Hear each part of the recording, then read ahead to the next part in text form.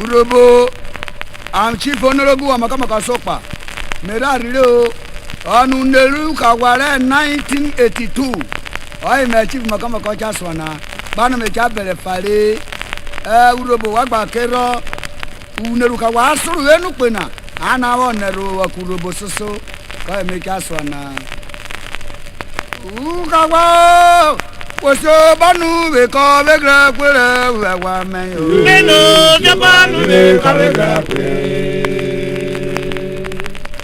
Ukawa mo woso banu be ko be gra kwere wa mo. Neno je banu be ko be gra kwere. Ko mere na o. Buga de me buga be gra. Yo akpo mere na. Buga de me buga. Oh wa me. Neno je banu be ko be gra kwere.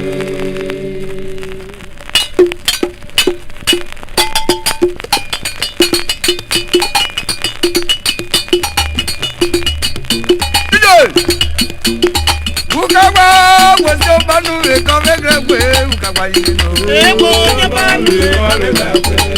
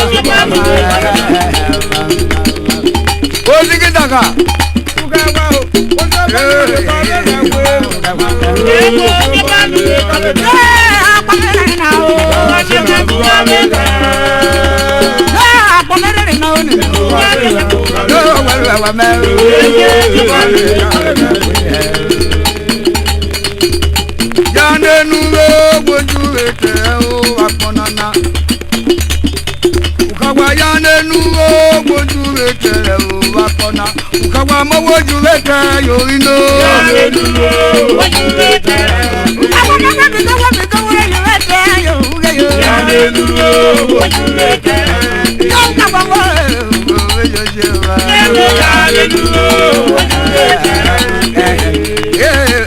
Oye ikawa mama.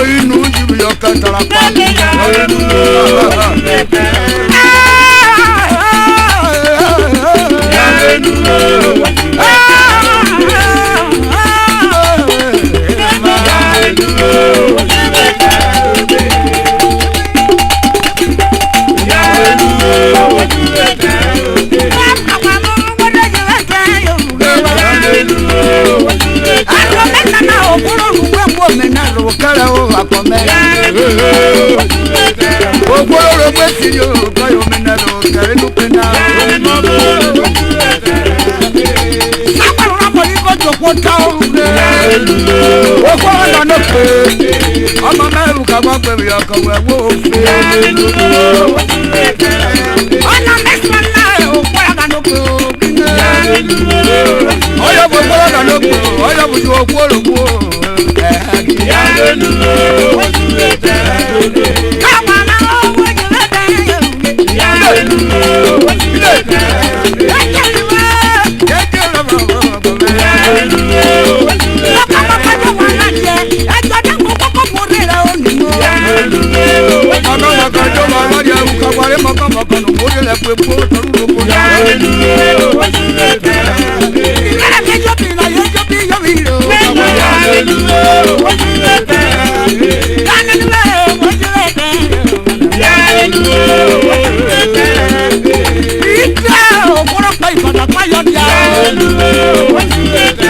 Independence hotel wo ideko iriworo ma kini. Ide ukapa yo ko wa se na wo gbe ki fe wa powe. Ogo wo ko na organize wo ko we ide o.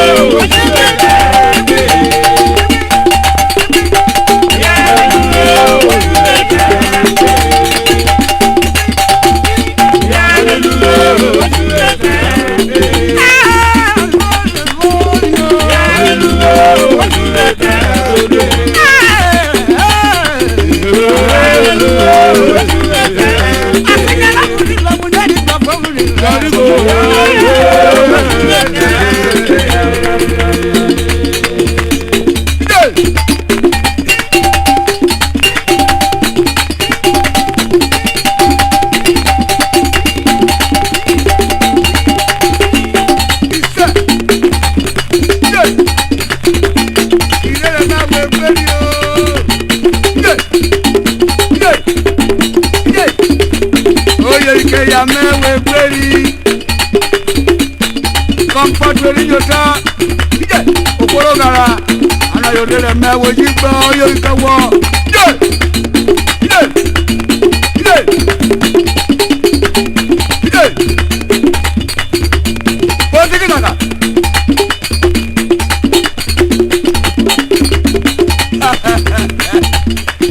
ana demu ogene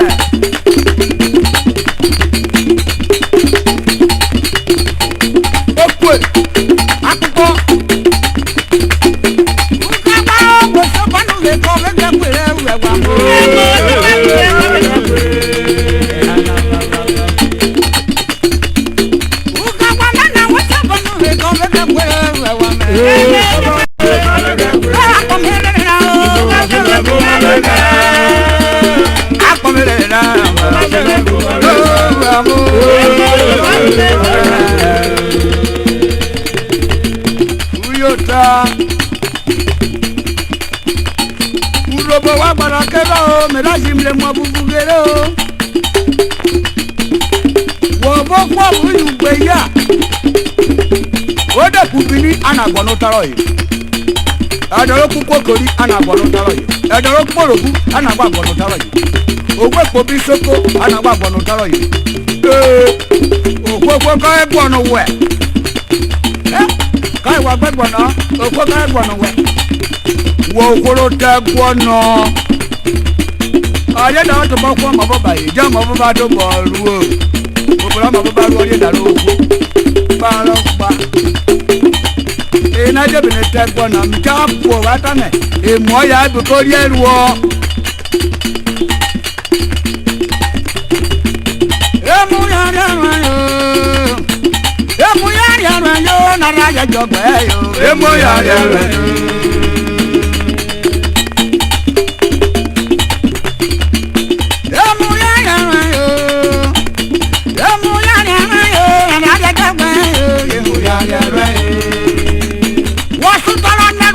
Mona ko wamana emuyareba onero yoro wanure goro wamano ke emuyareba onare ka emuyareba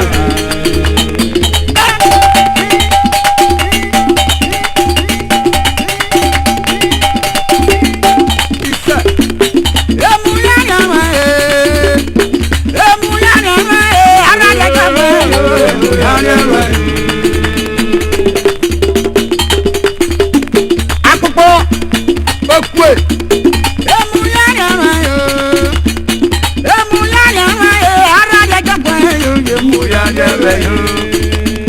Onelo yoro wenulo koro wa manaka